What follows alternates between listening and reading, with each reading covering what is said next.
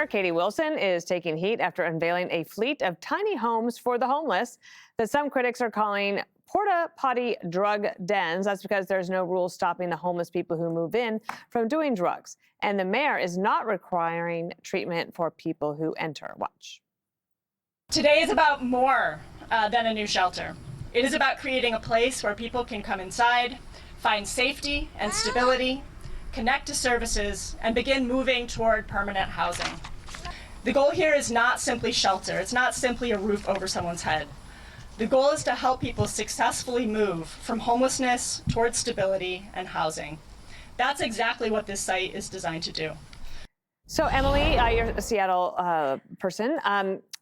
Denver has tried this, and I would say mixed results. Same type of thing where they said, well, if you don't have to get sober, just get off the street, get into one of these things, and then maybe we can get you sober from there. Again, mixed results. What do you think of it in Seattle? I think any success rate or stories is an exception, not the rule. Every one of those tiny shelters costs $16,000. Seattle already pays almost $1 million per homeless person. The homeless population is about 130,000, which compared to the population of Seattle in general, it's actually small, even though it's, of course, one of the largest in the country. My point is that if you actually cared about data-driven getting homeless off the streets, you eliminate the pull factors, and that is drug use. So in those tiny homes, there's no requirement to be clean, and you share a bathroom. It is just a shelter. It is just an umbrella from the rain, and the homeless already have that with the overpasses. So if she actually cares about transitioning homeless people, it means curbing the drug use. Those people are not, for the most part, again, there's an exception there, people who have fallen on hard times and are just needing a paycheck. They are, if you go to Seattle, molecules of shared drug-addicted individuals who have come specifically to those streets because it is a pro-drug environment. And everyone that lives in Seattle is paying 1 million times over with all of their taxes and all of these funds to pay for the idiocy of that incompetent mayor, because no one will stand up and simply say, you know what these guys need? A punch in the face and no more needles. What do you think of it, Greg? Well, they call them tiny homes, but for you, it's a mansion. I looked. That's the first time I saw that place. That's a New York City studio. Yeah, it is. Yeah, totally. I'm sorry. You know how many New Yorkers would pay $2-3 grand a month to live in that thing? The village. She calls them transitional shelters, and I think she's right because it's like a pre-coffin. But you know what? I think it kind of makes sense because they've made the behavior acceptable. They've even encouraged it by like reviving people who overdose and then giving them more drugs so they overdose again. So you made the villagers, but you didn't have a village. This is zombie storage. I hate it. But it's a better solution than letting them like wreak havoc on people on the street. I mean, at least they're not attacking kids. This is basically Junkie Island, which was my idea a few years ago. And by the way, I think they're only doing this because the World Cup is coming. So if World Cup wasn't coming, I think they would just let them roam around and die. It's an open air asylum. If you keep it away from the public, but I think the big point here, it's going to blow a hole in the myth of affordable housing, that all you need is affordable housing, because this is going to get really ugly really fast. Hey, man, if we just have affordable housing for these people, it'll be fine. But evidence shows you, and I know this because I live among this every day, when you are a junkie, any housing gets destroyed quickly. There is nobody that says, oh, thank you, I'm going to take care of this. Maybe I'll get some drapes, I'll get a planter, I'll scrub the toilet. No. They don't just create a mess. They break the stuff. If there is copper, they will take it and they will sell it. So this is the idea that like, oh, this will be helpful. No.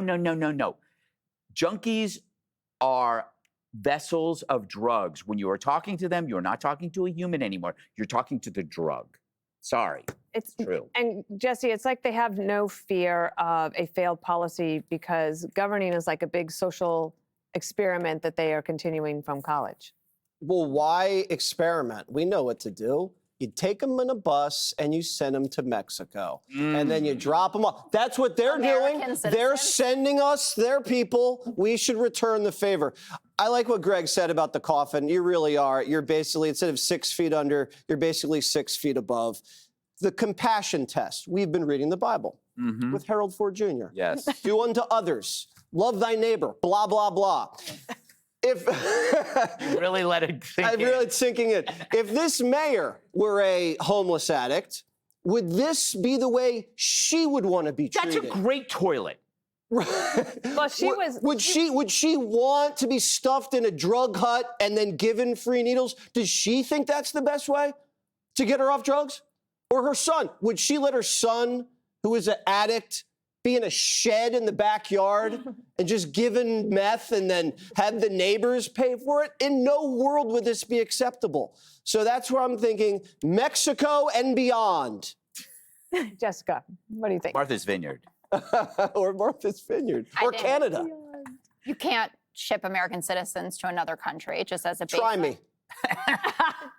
Every day you prove yourself to be more special than the last. I think the lesson from this experiment and also the results of the LA mayor's race, which were not rigged, is that we are in desperate need of good solutions to our homelessness crisis. That this is something that everybody, no matter how you vote, is concerned about, but they don't want to hear things like ship them to Mexico or what, Spencer Well, they're tired of your saying, solutions. That's for Angelina, you know what? well, I have more to say about that. Put them in jail. That's what we used to do. Okay.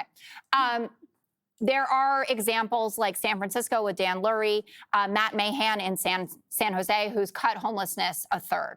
And they have done things that have worked, that have put people who are on drugs into treatment plans, gotten people who have fallen on hard times, because yes, there are homeless people who are not just drug-addled deportees in waiting, or whatever you want to call them, Jesse, who need real help. And You so will I would never look to show the those stats examples. for that.